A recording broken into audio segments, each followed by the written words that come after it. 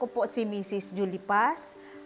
Ako po ay 53 years old, isang ina, may 5 anak. Ako po ay taga-Barangay Santa Cruz, Ocampo, Camarines Sur. At ako po ay isang bookkeeper sa Kalahi Seeds.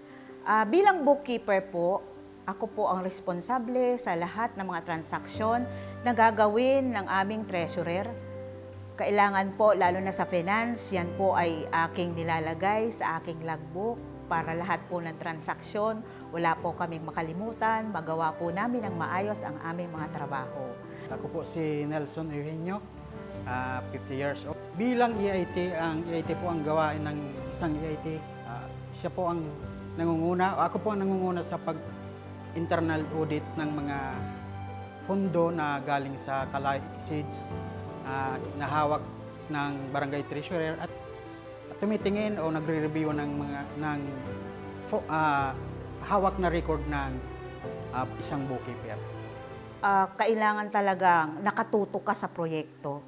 Kasi po, pag abot po sa bilang bookkeeper, isa po ako na kailangang magtago ng mga dokumento sa lahat ng transaksyon, palabas, papasok, na gagawin ng aming treasurer. Kailangan naka-intact din po sa akin, dapat alam ko rin.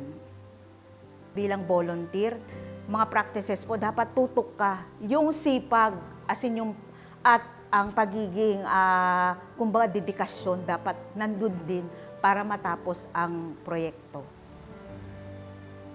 Bilang isang volunteer, ang challenges talaga yung manage ng time kasi hindi lang naman talaga ang gawain sa Kalahi, ang function bilang volunteer. Hindi may iba naman talaga akong ginagawa. Dati po akong nasa barangay, at saka isang tatay, pero dahil kailangan ang tulong ng barangay o ng community, ginagawaan ko ng paraan para magampanan ko po ang gawain ng isang EIT. Bilang volunteer, wala naman po ako na-experience na bad experience. Para po lahat sa amin naging adventure, lalo na ilang taon na rin bumaba ang iba't ibang project.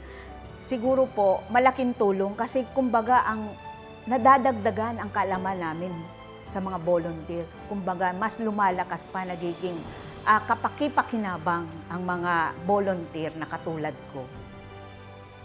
Ang isang pagbabago ng mga volunteer dito sa barangay, nang pumasok ang Kalahi, medyo empowered na yung mga tao, yung mga volunteer kasi simula sa pagpaplano hanggang sa evaluasyon at sa gawa ng operation and maintenance, talagang kabahagi ang mga volunteer ng barangay sa bawat proyekto na ibinibigay ng Kalahi. Mami, kukumpara ko yung mga katulad naming volunteeran. Siguro po sa kutsara, tinidor. Maliit man po kasi ang partisipasyon namin sa isang lamesa, pero isa po kami sa importanteng bagay para magawa at matapos ang isang proyekto.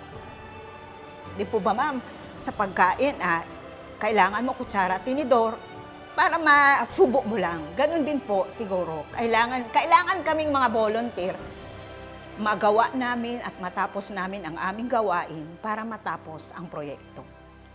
Di po ba? Isang bagay na maliit, pero malaki pagdating sa paggawa ng proyekto.